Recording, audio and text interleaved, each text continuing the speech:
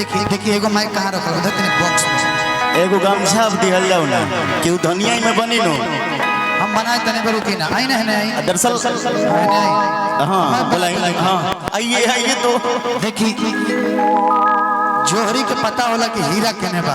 अच्छा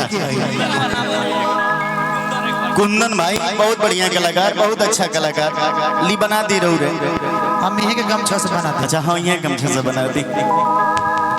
hello hello hello hello hello hello hello hello hi देखिए कि ये जी रुके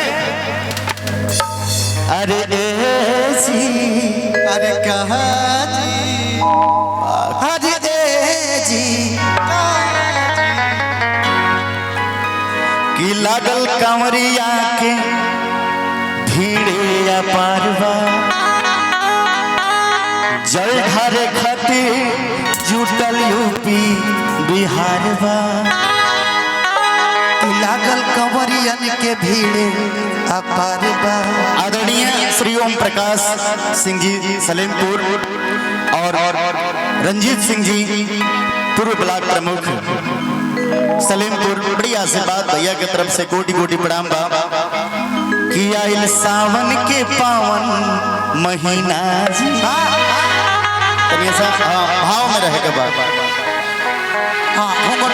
घूंघट रौरा अपना पति देव से कहतनी यहाँ के पति देव है का आवाज आता है का चीज के और रौरा यहाँ से कहतनी कि आइल सावन के पावन महीना जी कि हमरा संगे रौरा जल्दी चली ना जी कि भागलपुर में लागल भीड़े अपार बा। अरे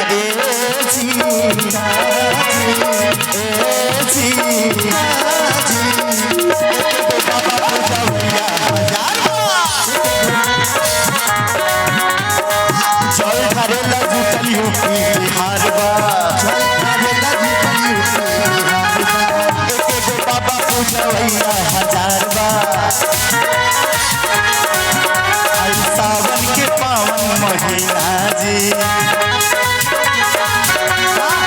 हमरा संगे लौरा जल्दी चली ना जी, हमरा संगे लौरा जल्दी चली ना जी। लागल भीड़ लागल भागलपुर में भीड़ अपार बा। अरे नागेंद्र बिहानी देखिए मेला जाए के पैसा गुप्ता भैया की तरफ से, गुप्ता जी की तरफ से हाँ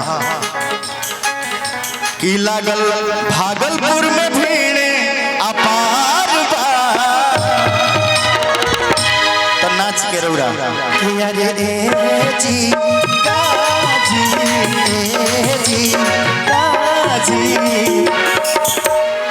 एक एगो बाबा पूजवैया हजार बाबा पूजवैया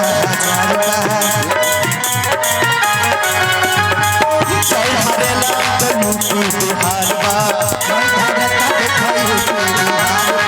एक एगो बाबा पूजवैया हजार बा। एक बाबा पूजवैया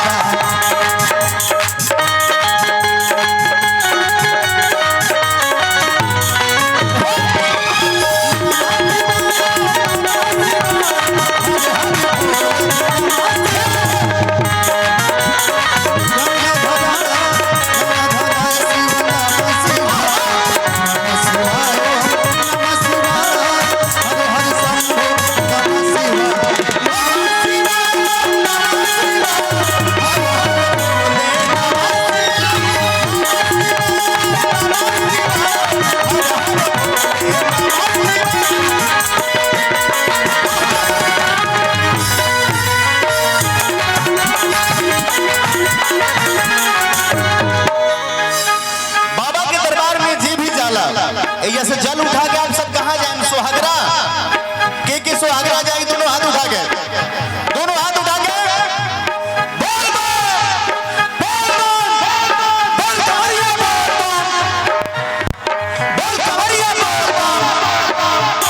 सोहागरा धाम दूर है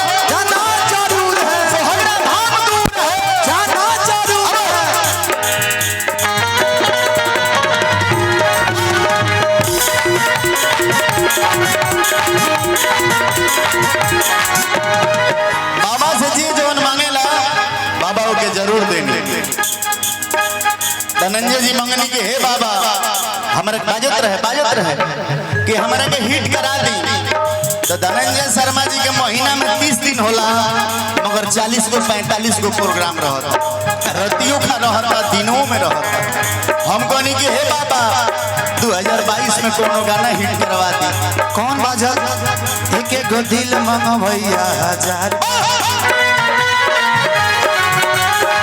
एक एक दिल मंग भैया हजार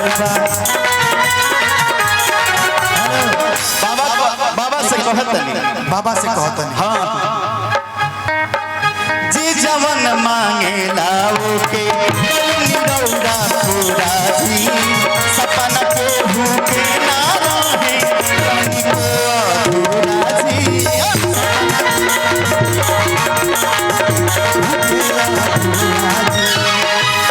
भक्त कहता रे कि जी जवन मांगेला ओके रौरा पूरा करेला। तनी हमार तबीयत खराब बा, ऐसे बहुत ज्यादा फल नहीं की लगाव, कहाँ से हम बेल्टो लगौले बनी, डांड हमार सरद ही गइल बा।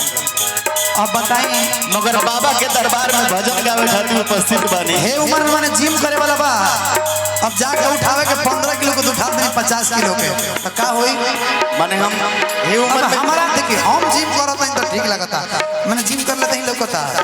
ये दादा हमारा से पुरनिया लोग जिम करला, हम कहां पुरनिया भइल बा। रउआ पुशअप मारी बैठ के पुशअप भक्त कहले जे जमन मांगेला रौरा पूरा जी, सपना के भूखे ना रहे तनिको अधूरा जी।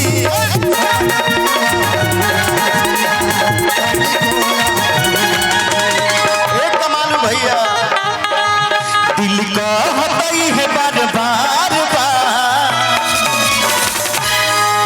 अरे ए जी